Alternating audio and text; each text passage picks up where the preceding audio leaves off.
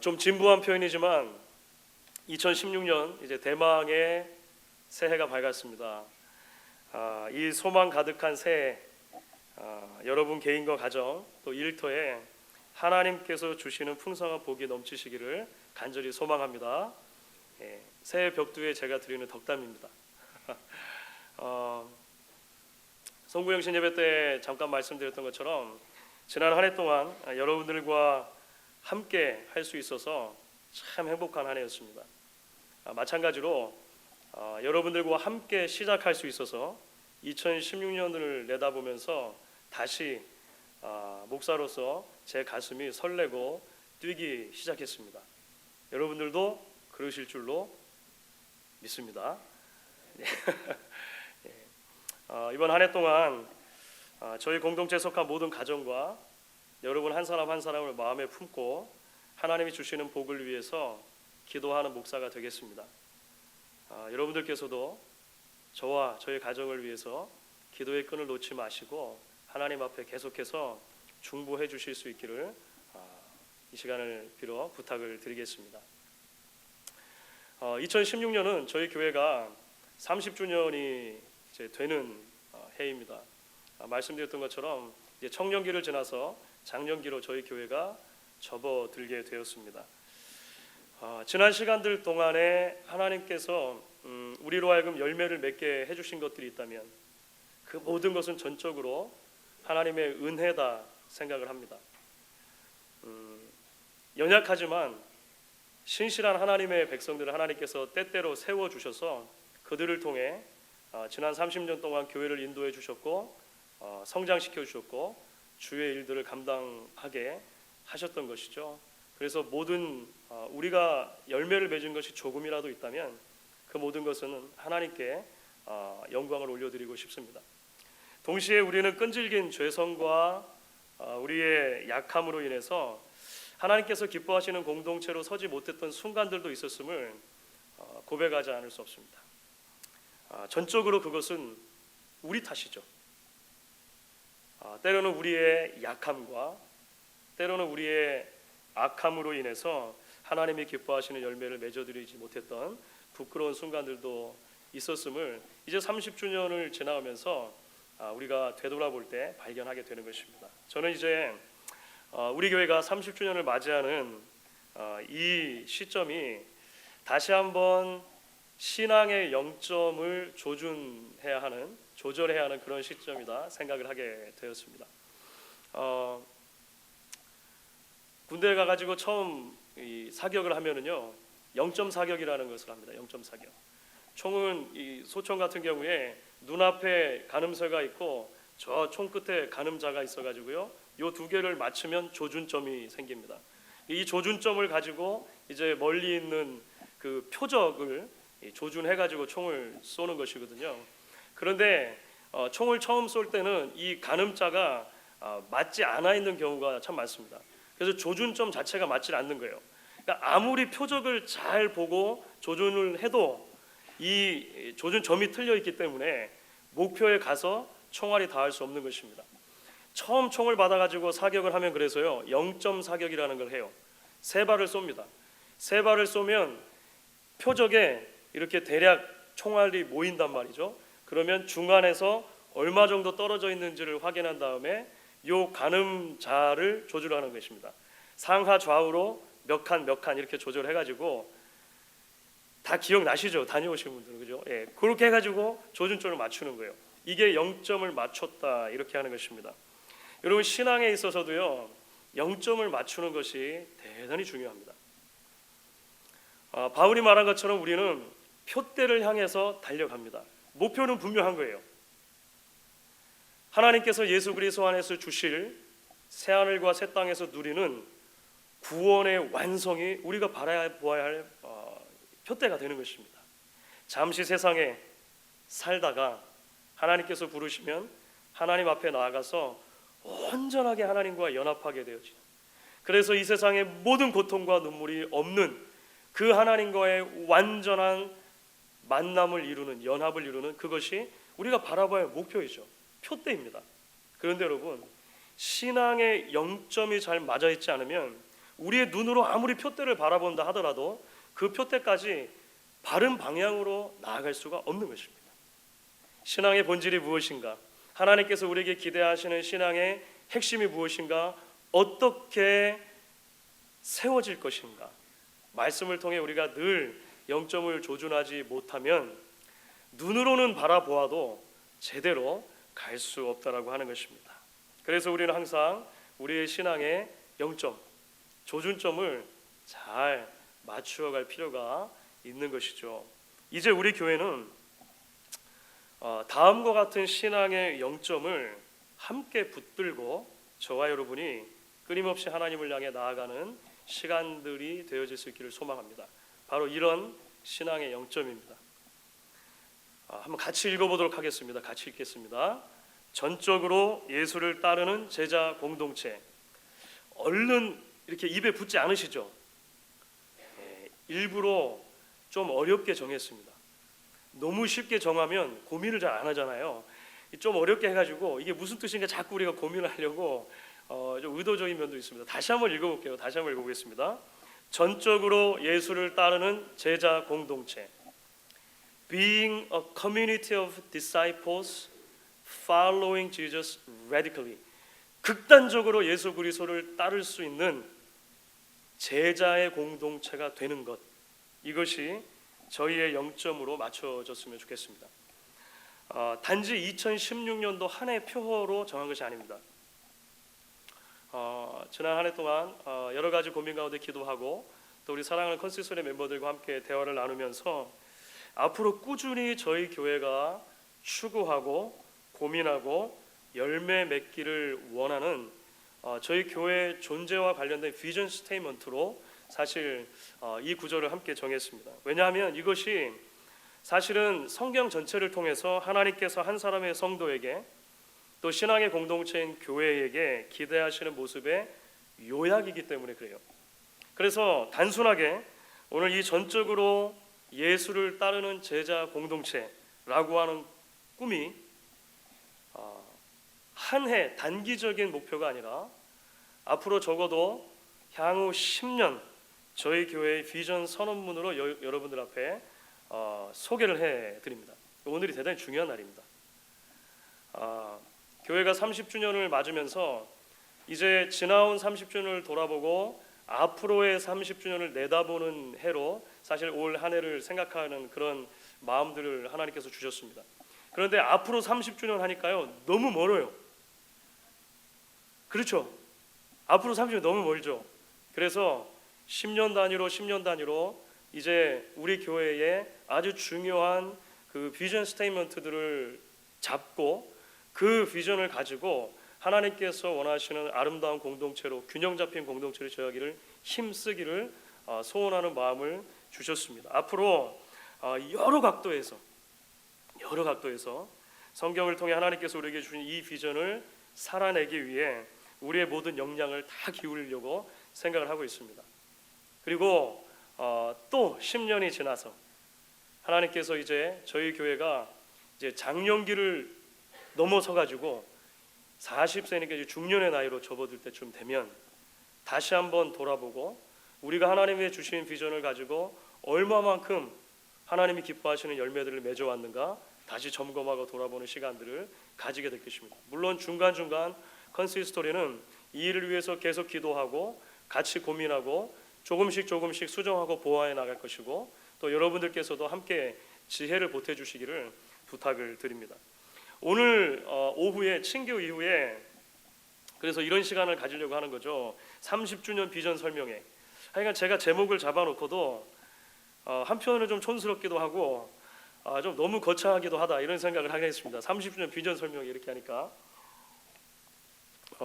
사실 그런 얘기들을 나눌 것입니다. 하나님이 주신 그런 이 소망들에 대해서 여러분과 함께 나누는 시간이 될 것인데요. 오후에 좀 더 구체적으로 나누겠지만 오늘 새해의 첫 설교가 되는 이 시간을 통해서 방금 전에 말씀드린 이 목양 비전, 전적으로 예수를 따르는 제자 공동체라고 하는 이 비전에 대해서 조금 설명을 해 드리려고 합니다. 아직 입에 붙지 않으시고 아직 개념도 잘 이게 도대체 뭘 말하려고 하는 건가 잡혀지지 않으실 것 같은데요. 우리가 앞으로 지금 이제 설교를 통해서 또 오후에 같이 비전 설명회를 통해서 말씀을 나누고 나면 조금 큰 그림이 우리 안에 생겨나고 우리가 함께 하나님이 주시는 이 교회를 향한 또 우리 한 사람 한 사람을 향한 비전을 붙들고 나아갈 수 있는 그런 기대와 소망들이 생겨날 수 있기를 제 마음으로 바라고 있습니다. 먼저 교회의 비전을 전적으로 예수를 따르는 제자 공동체라고 이렇게 했을 때 첫 번째로 우리가 생각해 볼 부분이 있습니다. 그것은 바로 공동체라고 하는 개념입니다. 공동체. 여기서 말하는 공동체는 신앙 공동체입니다. 그렇죠. 믿음의 공동체라고 하는 것입니다.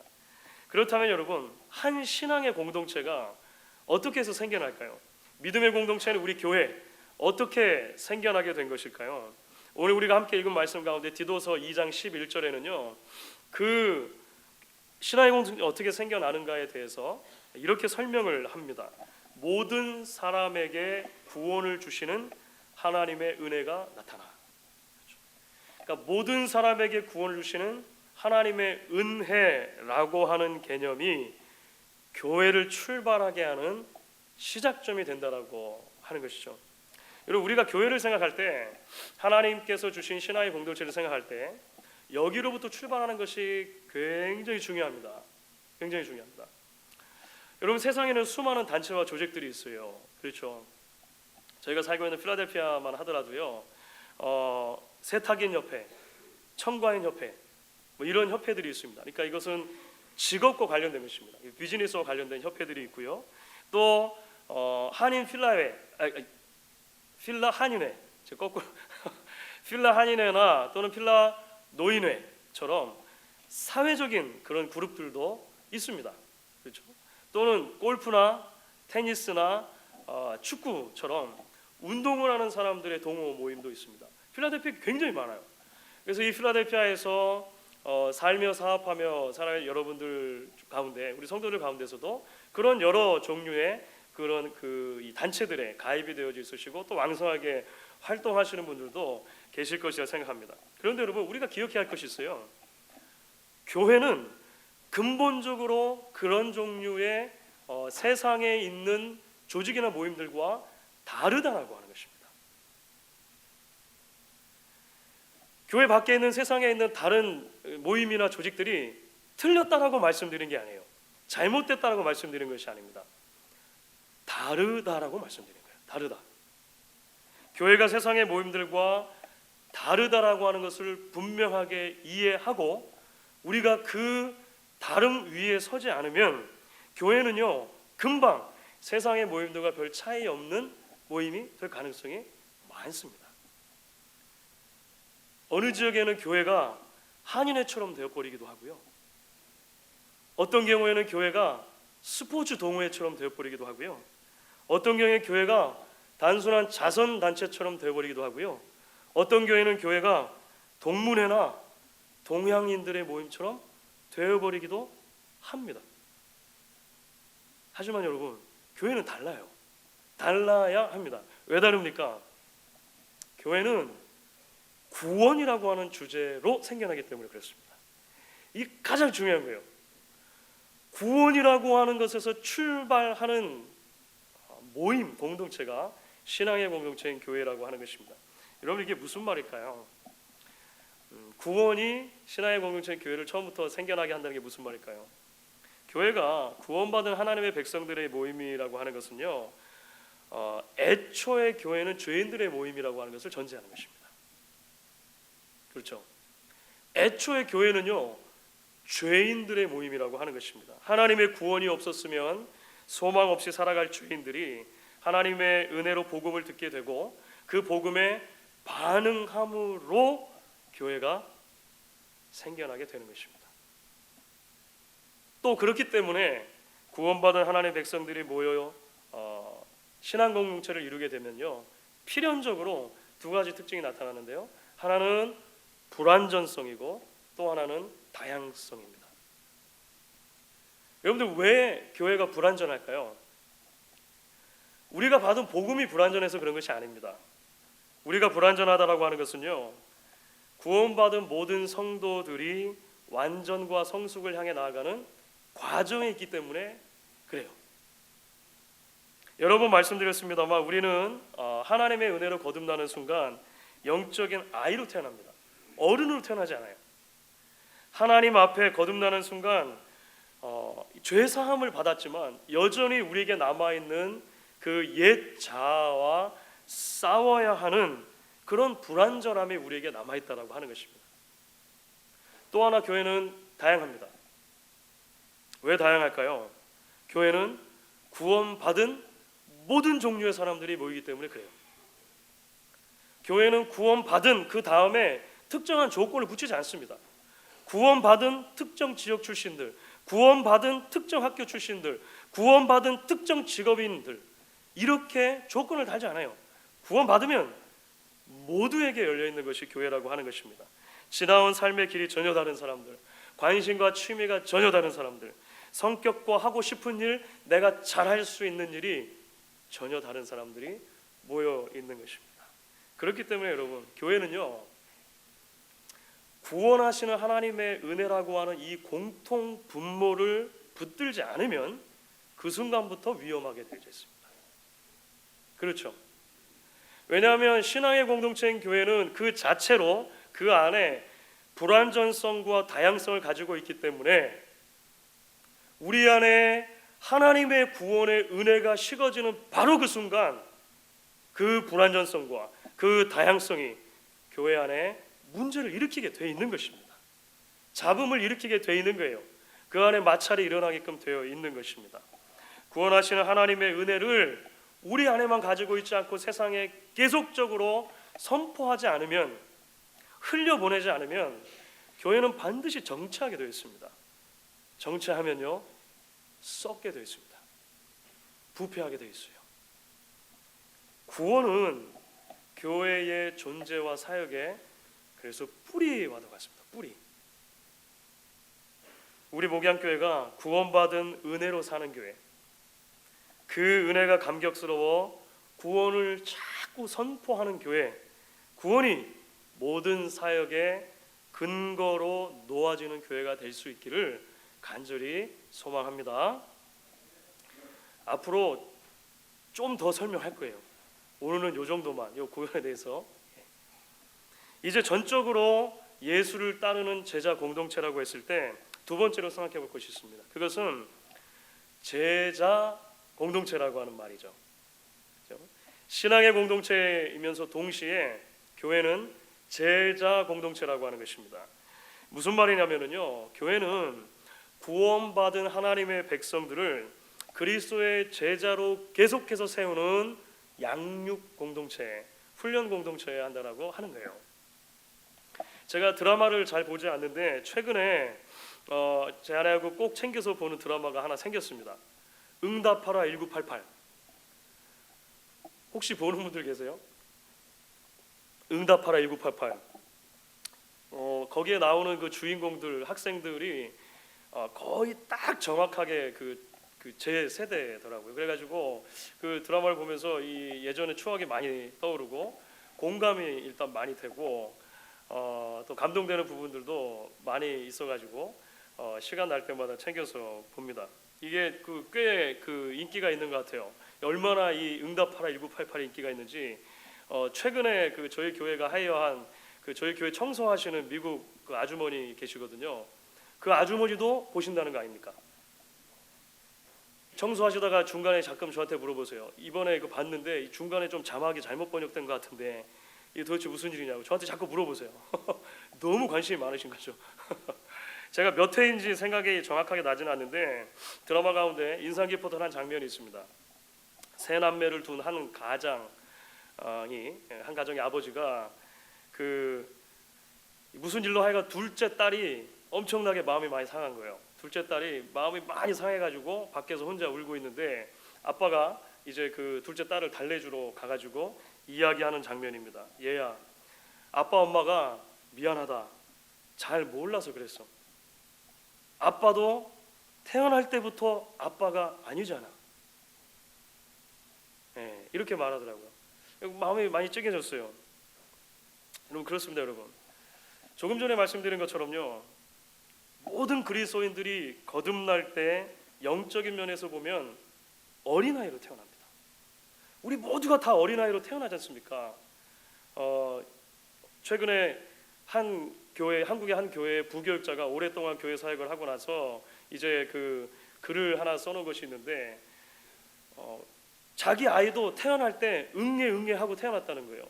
그런데 부교육자의 아이다 보니까 교인들은 아이가 태어날 때 응애 하고 태어나지 않고 할렐루야 아멘 하고 태어나지 않는다는 거예요.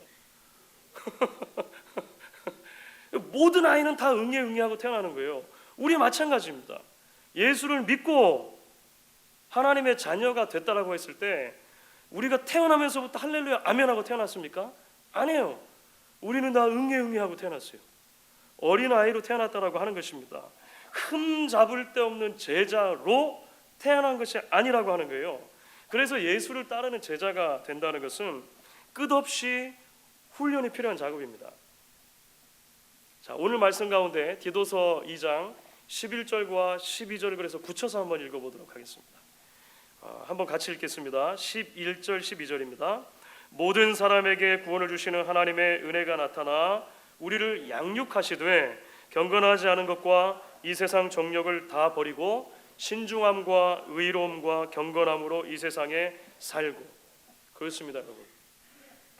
교회는 구원하시는 하나님의 은혜로 생겨나기 때문에 불완전하고 다양하다라고 말씀드렸습니다. 그래서 구원하시는 하나님의 그 은혜를 계속적으로 붙들지 않으면 반드시 부패하고 반드시 문제가 생길 수밖에 없다라고 말씀드렸어요. 그러면 어떻게 그 구원하시는 하나님의 은혜를 우리가 계속 붙들 수 있습니까? 저절로 되는 것이 아니라 훈련을 통해 가능하다는 것입니다. 그래서 하나님의 구원하시는 은혜가 나타났을 때 가장 먼저 하시는 일이 뭐냐면 우리를 양육해 주시는 거예요. 양육은 그 자체로 지속성이 그 안에 포함되어 있습니다. 그렇죠? 계속적으로 양육되어져야 한다는 말이 그 안에 포함되어져 있는 거예요. 여러분들 피겨스케이팅 한 프로그램이 길어야 그 시간이 5분에서 7분밖에 안 됩니다. 그렇죠? 피겨스케이팅 할 때 한 선수가 나와가지고 그 공연을 하면 그 시간이 5분에서 7분 정도밖에 안 돼요. 그런데 우리는 알고 있습니다. 그 5분에서 7분을 연기하기 위해서 한 선수는요 수도 없이 많은 연습을 반복하는 거예요. 한국이 나온 세계적인 피겨스타 김연아 선수, 은퇴했죠. 김연아 선수는 그 연습의 양에 있어서 타의 추종을 불허했다고 합니다. 다른 선수들이, 보통 선수들이 일주일에 24시간을 연습한다고 하면 김연아 선수는 48시간을 연습한다는 거예요. 지난 17년 동안 똑같은 점프를 3만 번을 뛰었다는 것입니다. 우리는 그 17년 동안 3만 번 뛴 점프의 결과를 5분 동안 확인하는 거예요. 김연아 선수는 태어날 때부터 피겨스케이트를 신고 태어났는가? 그렇지 않다는 것입니다. 그렇지 않아요. 훈련의 결과라고 하는 것입니다. 사랑하는 여러분, 예수를 따르는 제자가 되는 것도 마찬가지입니다. 단기 속성으로 제자가 되는 길은 없어요. 없습니다. 제자 훈련 1, 2, 3반을 다 마치는 것으로 다 되는 것이 아닙니다. 훈련 기간 중에 주어진 숙제를 다 제출하고 성경 구절을 100% 다 외우는 것으로 되는 건 아니에요. 그것이 중요합니다. 그런 훈련들이 여러 가지 차원에서 여러 가지 시점에 주어질 수도 있습니다. 하지만 유진 피터슨 목사님이 말씀하신 것처럼요, 우리에게는 한 방향으로 나아가는 오랜 기간 동안의 순종의 훈련이 필요해요. 이 부분도 앞으로 우리가 굉장히 심각하게 함께 고민하고 함께 생각해 볼 것입니다. 우리 교회가 이 신앙의 양육과 훈련에 대해서 제자 도를 교회의 존재와 방향으로 삼게 되는 그런 교회가 될 수 있기를 다시 한번 소망하는 것입니다. 여러분, 이제 마지막으로 전적으로 예수를 따르는 제자 공동체라고 하는 이 비전을 통해서 우리가 기억해야 되는 것이 있습니다. 그것은요, 전적으로 예수를 따르는 제자 공동체라고 하는 것입니다. 극단적으로 예수를 닮아가는 공동체라고 하는 것이죠. 교회는 예수를 따르는 데 있어서 필요한 희생을 감수하는 희생 공동체여야 한다는 것입니다. 사실 이 마지막 비전 선언은요, 우리가 앞에서 이야기했던 두 비전 선언의 종합과도 같습니다. 하나님께서 은혜로 사람들을 구원하시는 목적이 무엇입니까? 우리가 양육과 훈련을 통해서 그리스도의 제자로 세워진다는 것이 결국은 무엇을 의미합니까? 그것은요, 바로 자기 부인과 희생을 통해서 철저하게 예수를 닮아간다는 것을 말해요. 여러분들 오늘 함께 읽은 디도서 2장 14절 이렇게 말합니다. 우리 2장 14절 같이 한번 읽어보도록 하겠습니다. 그가 우리를 대신하여 자신을 주심은 모든 불법에서 우리를 속량하시고 우리를 깨끗하게 하사 선한 일을 열심히 하는 자기 백성이 되게 하려 하심이라. 예수님이 우리를 위해 자신을 주셨다고 말합니다. 그래서 구원하신 거예요. 예수님이 어떻게 우리를 위해서 자신을 주셨습니까? 하늘 보좌를 버리고 철저하게 자신을 비우셔서 우리에게로 내려오심으로 가능했습니다. 그것이 빌립보서 2장에서 말하는 예수님께서 자신을 비우셨다라고 하는 굉장히 놀라운 비움의 신학입니다. 자신을 비우셨을 뿐만 아니라 희생하셨습니다. 저와 여러분을 위해 십자가에서 대신 죽어주신 것이죠. 그 예수를 따라서 선한 일에 열심하는 예수의 백성이 된다는 것은 그래서 무슨 말입니까? 그 예수를 닮아가는 거예요. 철저하게 자기를 부인하고 철저하게 희생하는 예수의 발자취를 따라가는 것입니다. 그래서 예수님께서는요, 마태복음 16장 24절에 보시면 이런 제자들에 대해서 이렇게 말씀하셨습니다. 이에 예수께서 제자들에게 이르시되 누구든지 나를 따라오려거든 자기를 부인하고 자기 십자가를 지고 나를 따를 것이냐. 사랑하는 여러분, 자기 부인과 희생이라고 하는 열매가 없는 제자도는요, 세상을 변화시킬 힘을 갖지 못합니다. 아무런 능력도 발휘할 수 없는 것이죠. 많은 교회들이 시도했고 지금도 시도하고 있는 소위 프로그램으로서의 제자 훈련의 위험이 약점이 여기에 있을 수 있습니다. 그 자체로 잘못됐다는 것을 말씀드리는 것이 아니고 필요하고 잘 사용될 수 있습니다. 하지만 제자 훈련은요, 단순하게 한 사람의 성도를 교회의 좋은 일꾼 만드는 프로그램에 끝나면 안 됩니다. 목사 말 잘 듣는 신복들을 양성하고 그런 사람이 누군가 가려내기 위해서 교회에서 어떤 특정한 일들을 할 수 있는 자격을 주고 안 주고의 문제로 이런 훈련이 사용될 때 문제가 되는 거예요. 그 어떤 이름을 붙이든지 간에 교회가 성도를 양육하고 훈련하는 것은요, 단지 좋은 교인을 만드는 것 이상의 것이어야 한다는 것입니다. 성경 우리에게 그렇게 도전을 해요. 바로 구원받은 하나님의 백성이 그들의 인격적인 성숙과 거룩을 통해서 삶의 모든 자리에서 자기 부인과 희생을 통해 복음을 증거하는 삶을 사는 것입니다. 교회 안에서만 좋은 교인으로 사는 것이 아니라 여러분이 돈을 버는 자리에서, 여러분이 돈을 쓰는 자리에서, 밥을 벌어 먹고 사는 그곳에서, 사람들을 만나는 곳에서, 미래를 계획하고 염려하며 생각하는 바로 그 삶의 현장에서 예수를 닮는 거예요. 자기를 부인하고 희생하는 예수의 사람들로 세워져 가는 것입니다. 예수를 닮은 책임 있고 성숙한 한 사람으로 살되 이웃을 위해, 이 시대를 위해 기꺼이 예수처럼 나를 내려놓을 수 있는 멋진 신앙인으로 살아가는 것이 성경이 우리에게 주는 더 큰 비전이라고 하는 것입니다. 한 성도가 그리고 교회가 그렇게 자기 부인과 희생을 통해 예수를 닮아갈 때 우리가 가진 복음이 생동감을 가지고 교회 울타리를 넘어가게 될 것입니다. 성경은 그렇게 말하고 저는 그렇게 믿습니다.